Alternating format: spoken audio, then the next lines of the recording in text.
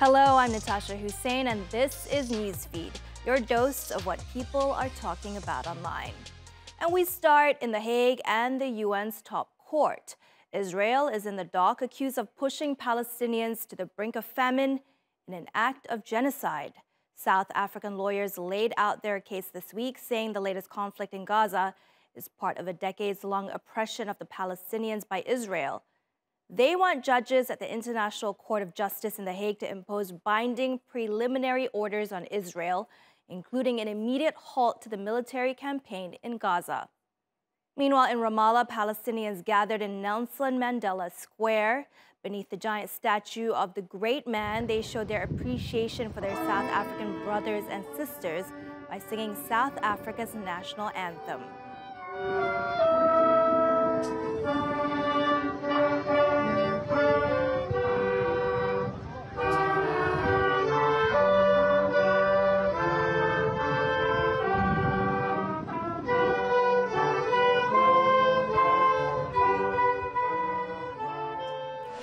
Let's go to Cape Town now, where residents in a crime-ridden suburb called Lavender Hill had painted the Palestinian flag on the side of an apartment block.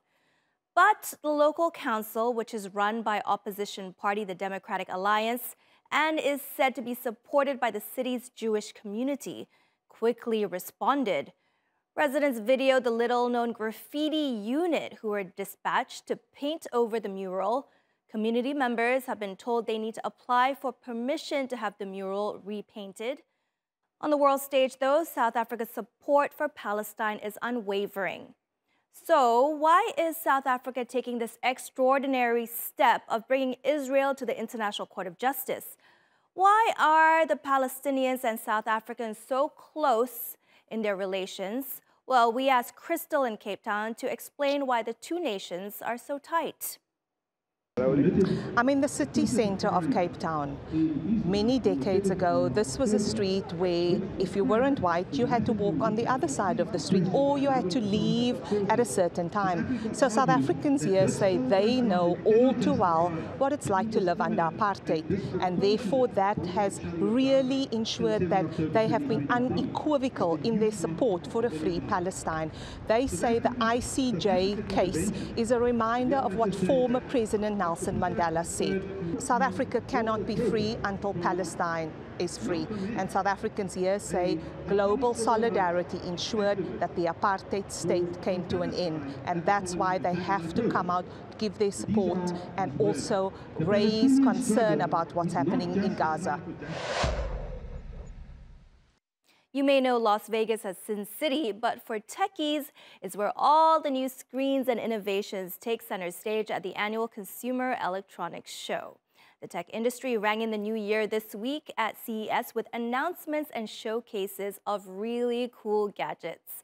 Here's a glimpse into what the future of technology has in store for us. I'm excited to introduce the new Bali. It is your true AI companion. With more advanced intelligence, Bali can come right to you and project visuals on your wall. It can also help you interact with other connected devices. A good way to think about Bali is that it's kind of like a home hub, like the Nest Hub, where it shows information from your smart home devices and other connected things in your house, but with the additional ability to roll around. Honestly, Bali was pretty cute. Our Adam robot, he is a barista robot in this case, but really he can make a lot of different beverages, from boba tea, coffee, iced lattes, iced tea, to even whiskey shots and cocktails. So really it can apply to almost every single kind of beverage making application. And here you can see him filling up ice, washing out the cups, getting milk, and then brewing the coffee, and then making, in this case, a foamy hazelnut latte. Tastes great, very foamy, very cold, really nice. I'm here with my new best friend, Miroki. Hi, Miroki. We just saw Satya Nadella come up and take a look at his robots, Miroki. Today we announced that, of course, the MBOS is on a journey to be delivered, We have put on a proof point that the E-Class today already has the infotainment domains, and in the new CLA that is coming out next year, we are then launching a new virtual assistant, which is generative AI based, and it's there to create a more empathic and intuitive way to communicate with your vehicle. We have a great new feature that combines route guidance with driver assistance and amazing 3D graphics together with AI. The Clicks keyboard case is bringing physical keyboards back to the phone that killed them dead. Probably got three core audiences. We've got people that have dexterity or accessibility issues and want something that they can, tangible, something that they can feel, and the sensation of actually typing on a keyboard. We've got a creator community, so sort of the younger generation, and also there is, a lot of people that have been used keyboard devices previously and want to hark back to using a keyboard now on an iPhone. When I think of the future, I think of this. They're not skates, but they are shoes with wheels. To walk 3 times faster, basically walk at the running speed, and double the productivities in the warehouse, and payback time is less than a month. The sensation is like walking on the moving walkway, those you see at the airport. And it's a very satisfying feeling in the sense that as soon as you make a large stride, you go faster. So it's like a natural extension of you. It's undeniable. AI was center stage at CES. And many of those cool concepts we've just seen will need some time before they go on sale to the general public. But one of the main draws of this event has always been things that don't need to stay in Vegas and could come home with you, say, in the shape of a screen. Yasmin went to check out what else was there.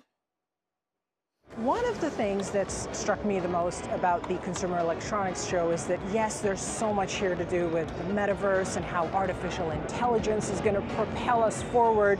But what I'm finding is that people tend to gravitate around things they recognize, more traditional devices and gadgets, but ones with a wow factor and perhaps a luxury element that they can aspire to have. And one of those things is right here behind me. And you're looking at an art sculpture now, but this little thing magically turns into a television. This size is 137 inches, and it uses some of the best display technology in the world, which is called micro-LED. Micro-LED is offering very, very vivid colors, true blacks, almost no reflection.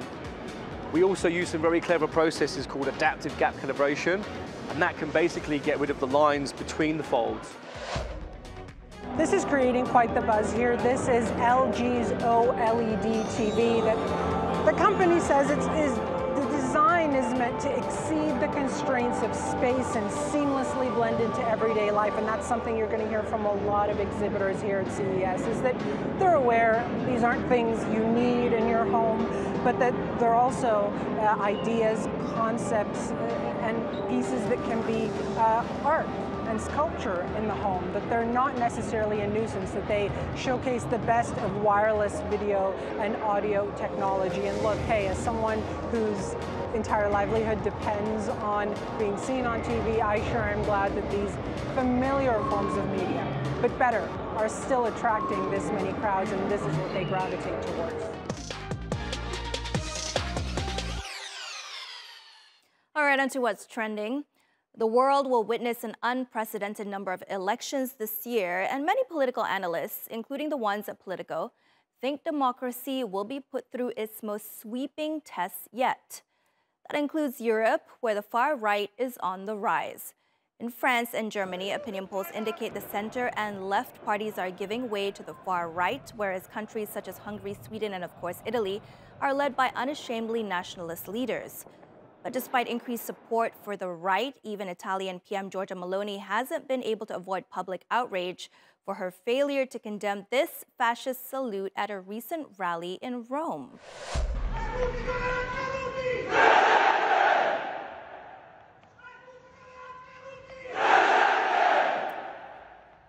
This was filmed outside the former HQ of the Italian Social Movement, a neo-fascist party which morphed into the current ruling party. Giorgia Meloni's Brothers of Italy. The rally was part of an annual event commemorating 3 slain members of the far-right Youth Front, a party Maloney herself was once a member of. After performing the salutes, a militant shouts for all fallen comrades, a typical rallying cry of neo-fascists. Needless to say, the outrage has spread beyond Italy with international calls for the PM to ban neo-fascist groups. Further north in Germany, far-right groups have been using mashed-up abbreviations of Hitler, Vaterland, and Hakenkreuz, the German word for swastika, on merchandise, including on kids' clothing. Now, all those German words I just mentioned are actually banned in Germany, but far-right groups have been removing the vowels to skirt the law and push their far-right message.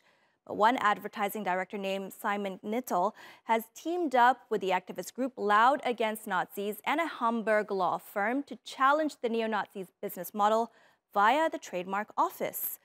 Their campaign is called Rights Against the Right. We have applied for and secured the rights to some of these abbreviations at the German and European Trademark Office. And now that we own the trademarks, we can threaten Nazi vendors using these symbols with legal action. In concrete terms, we are now in a position to make them destroy their extremist merchandise. Pretty great, no? But it gets even better. According to trademark law, we can also claim compensation for every single item sold, from t-shirts and sweaters down to baby rompers. What will we do with all that money? Register even more Nazi codes as trademarks. And if the Nazi saw keeps trading, this is where it gets really interesting. We can take the Nazi trader to court where they will have to pay everything they owe or face up to 2 years in prison. Not so easy to sell when you're locked in a cell. Either way, we're putting the law into action to stop the spread of extremism. And the best of all, with your donation, you can be part of it too and support Laut gegen Nazis in the fight against the right. All right, let's lighten the mood a little. From Mickey to Itchy and Jerry, all the way to Danger Mouse. Mises, as I like to call them, have often been portrayed as naughty but lovable heroes. But enter a new hero, a house-proud rodent from Powys in Wales, who was caught tidying up a messy workbench. Shed owner Rodney Holbrook couldn't work out why clothes pegs, corks, nuts, and bolts were found neatly placed in a tray on his workbench. So, of course, he set up a camera, and this is what he saw. Welsh Tidy Mouse, as he's now been christened, gathering up stray objects and stacking them neatly away.